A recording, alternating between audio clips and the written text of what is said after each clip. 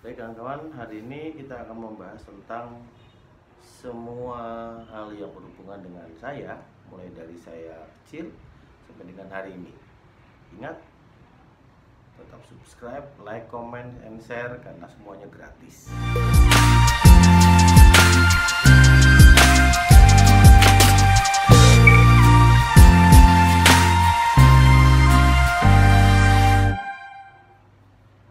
Baik, saya akan cerita mulai dari ketika saya lahir.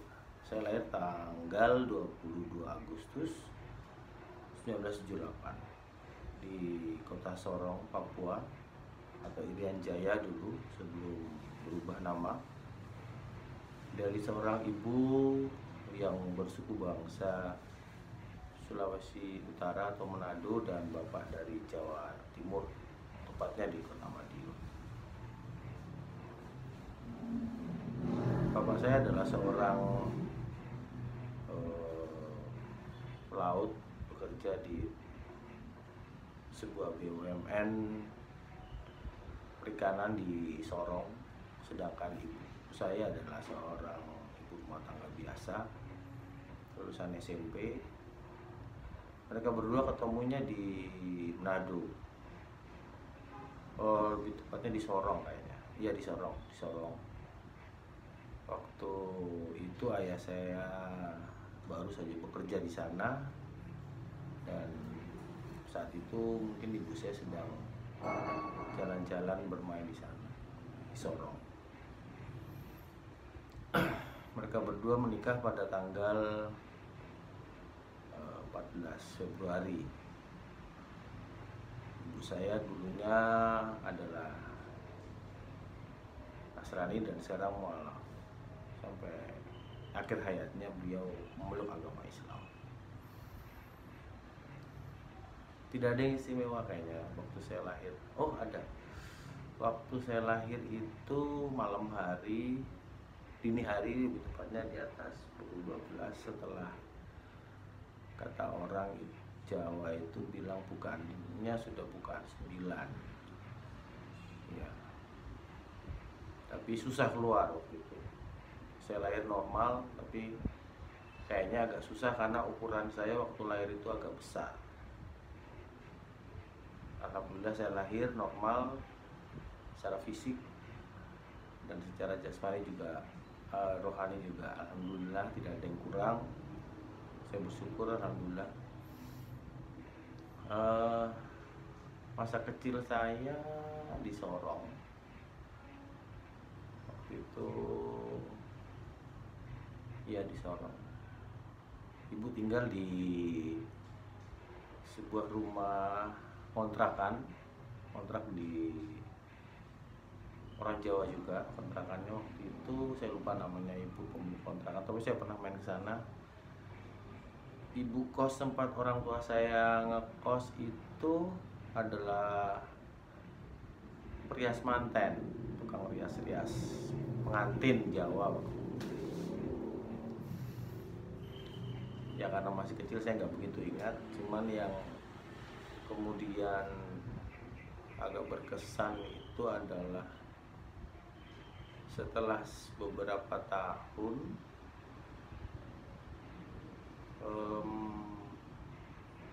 seingat saya ayah saya itu sempat ke Jakarta. Kami tinggal di Jakarta, di daerah Ciracas waktu itu. Saya masih kecil, masih umur apa ya, 4 tahun. Setelah saya lahir sampai umur 4 tahun kalau nggak salah, 3 atau 4 tahun itu saya, 1 sampai 2 tahun kalau nggak salah saya di Sorong. Lalu ayah pindah ke Jakarta, sempat tinggal di Jakarta, kerja di sana di pengeboran lepas pantai.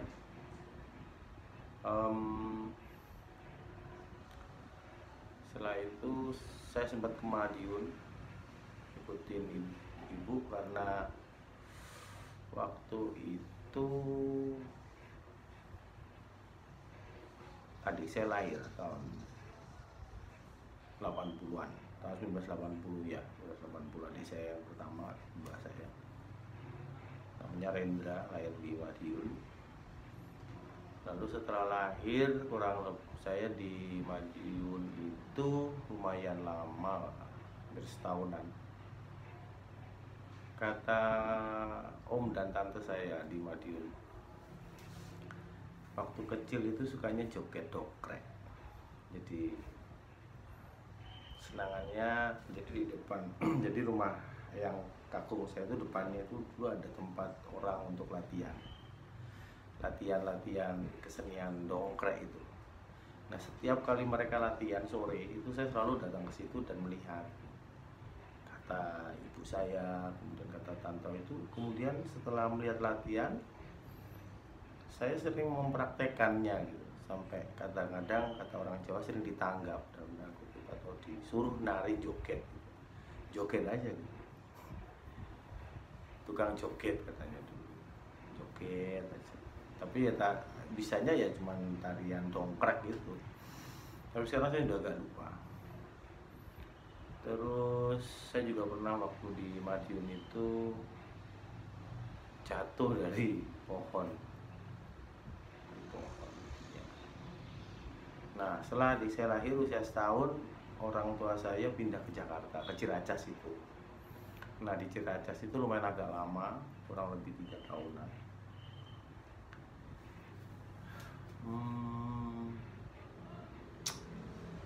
Saya merayakan ulang tahun pertama kali di sana. Jadi waktu itu ulang tahunnya dijadikan satu karena waktu bapak saya kerja di pelayaran di pengeboran lepas pantai itu kami hidupnya sederhana.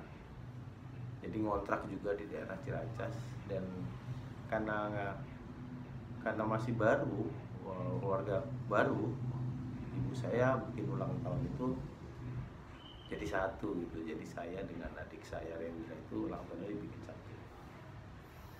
Nah, terkait acara ulang tahun ini selalu menarik. Kenapa? Karena menurut ibu saya, kalau ada undangan ulang tahun dari tetangga itu saya dan adik saya itu pasti diundang. Kenapa? Karena pasti kami yang disuruh nyanyi. Umur segitu kayaknya saya udah terbiasa sekali dengan urusan nyanyi-menyanyi. Jadi kalau nggak ada kami, nggak ada saya dengan adik saya, itu ulang tahun acara di situ pasti kurang meriah. Dan kami selalu yang menjadi bintang tamu. Kalau saya suka malu juga. Ya malu gimana ya? Ya bangga juga campur. Karena ibu saya cerita katanya, kamu itu seru. Nyanyi apa semua disuruh nyanyi. Suruh angkat tangan terus. Oh ya, waktu di sana di Jakarta itu bapak itu sempat punya TV di rumah itu. Nah, acara favorit yang sering saya tonton adalah berita. Jadi karena zaman dulu itu cuma ada satu stasiun TV yaitu TVRI. Ya memang tetap saya juga suka Donald Bebek, ya kartun juga suka, tapi dari semua acara televisi atau TVRI pada zamannya itu yang selalu saya tonton itu kata ibu adalah berita. Jadi katanya jadi berita itu mulai dari kalau sore itu apa berita Nusantara, berita Nusantara kalau salah, kemudian Dunia Dalam Berita sampai berita terakhir. Nah, itu semua berita itu saya tonton. Kenapa? Karena kata ibu saya itu saya suka sekali menghafal nama-nama menteri. Jadi waktu itu kalau nggak salah Kabinet Pembangunan 4 ya.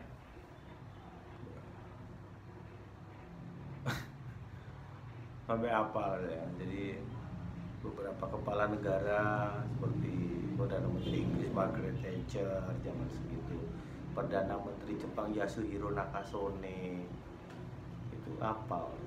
Presidennya Indonesia Soeharto ya. Terus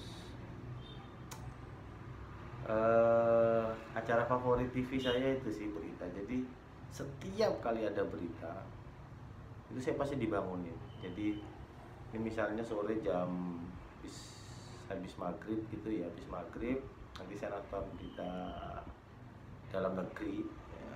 Oh iya, berita dalam negeri kalau nggak salah itu namanya, yang jam 7 malam itu. Setelah itu nanti tidur, nanti jam 9 dibangunkan dunia dalam berita.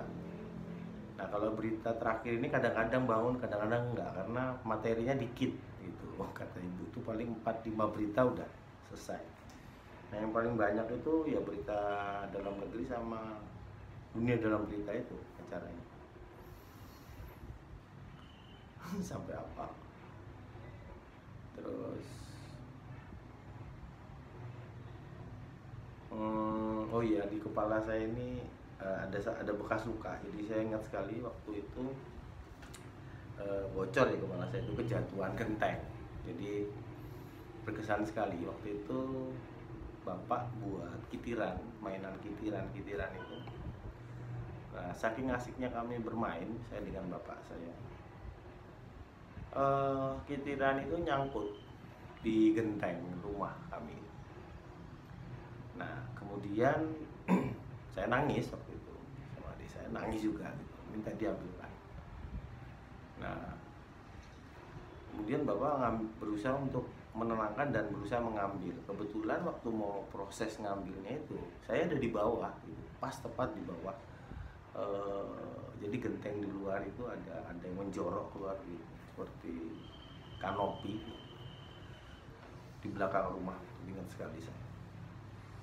Nah mungkin karena terlalu semangat ayah saya menjolok menggunakan bambu, salah satu dari genteng itu jatuh dan tepat mengenai kepala belakang saya.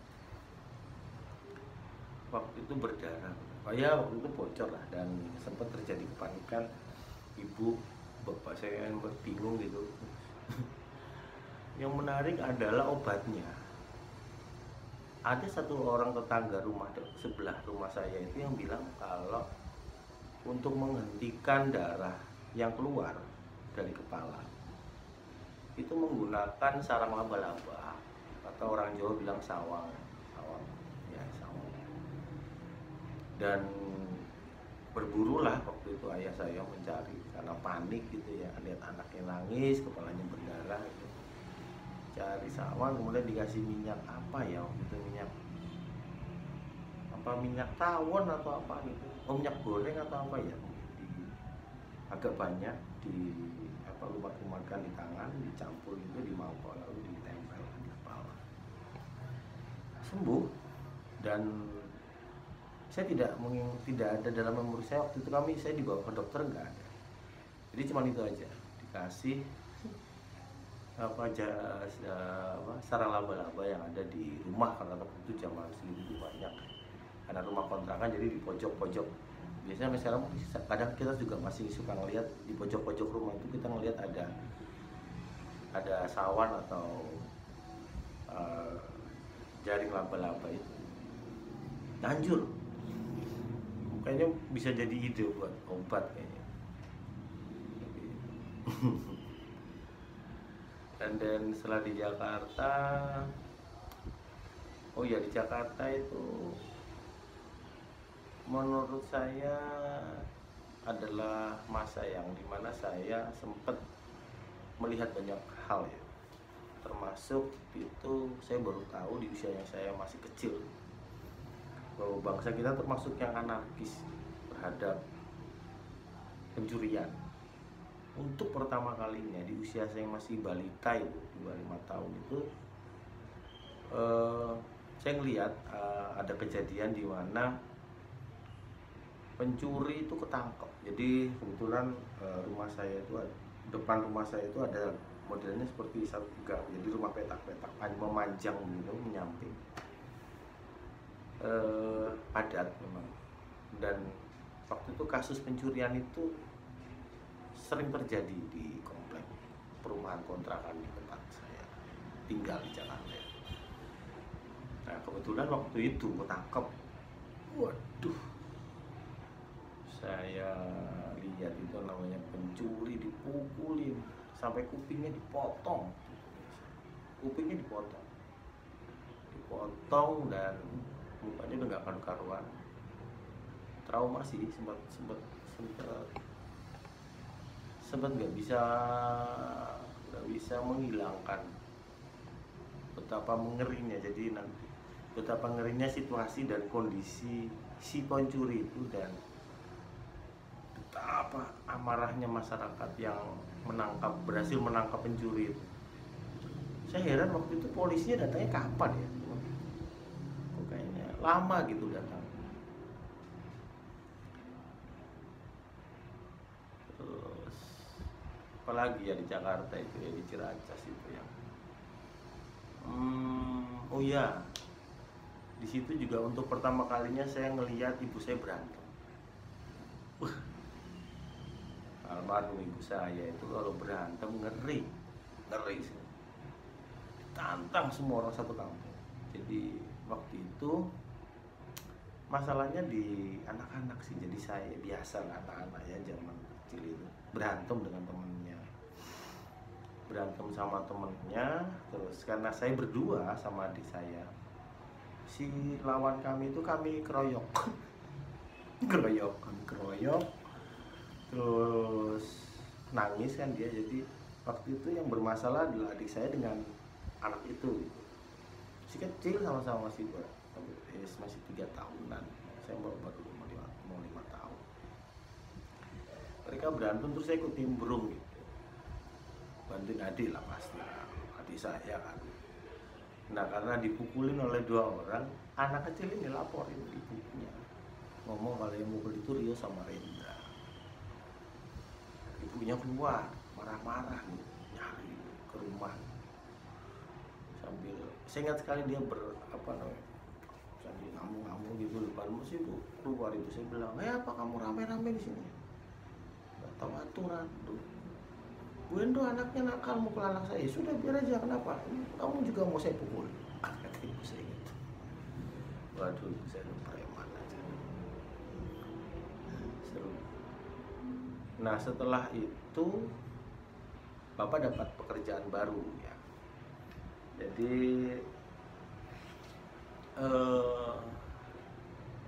setelah dari pengeboran minyak, Bapak ditawari bekerja di BUMN Perikanan di Sorong. Jadi yang pertama tadi saya ngomong kalau bapak ibu saya itu waktu itu ketemu di Sorong di saat bapak saya praktek kerja laut. Ya kayaknya kalau nggak salah itu praktek kerja laut atau masih dalam rangka pendidikan gitu loh. Nah setelah pengeboran di Jakarta, bapak kayaknya pengen cari pekerjaan lain. Kerjalah di PT Usaha Mina ini, PT Usaha Mina Sorong. Akhirnya saya Rendra, ibu, kami semua pindah ke Sorong. Nah di Sorong itu bapak dipercaya sebagai chief officer. Jadi chief officer itu adalah pangkat kedua tertinggi di bawah kapten di kapal. Kalau chief officer itu tugasnya hanya di deck, dia hanya tidak mesin, dia nggak ngurusin mesin. Kalau mesin tuh chief engineer atau kepala kamar mesin, biasa di KKM gitu, panggilannya KKM. Chief officer kalau pindah ke sana, dan bapak diberi fasilitas rumah karena BUMN lah ya zaman segitu. Rumah saya itu di Sorong, di kompleks nomor 13. Saya heran kenapa, belakangan saya baru tanya, kok milih angka 13 kenapa Pak? Apa nggak takut sial katanya? Saya tanya ke bapak, dan bapak pun jawabnya sih nggak ada di dalam ajaran agama Islam itu angka sial. Wah, ya udah akhirnya angka itu tidak diganti. Padahal memang ada beberapa teman bapak saya bilang kalau apa nggak mencoba untuk nomornya diganti, misalnya 14A atau dibikin 12B begitu. Enggak, kalau bapak tutup aja. Nah di sana saya sekolah di taman kanak-kanak, dan hebatnya taman kanak-kanak saya itu nggak setahun. Saya cuma merasakan taman kanak-kanak itu nggak lebih dari 6 bulan, kurang dari 6 bulan, lalu langsung naik ke SD. Kenapa? Nah, itu nanti akan saya ceritakan pada video saya yang selanjutnya. Terima kasih.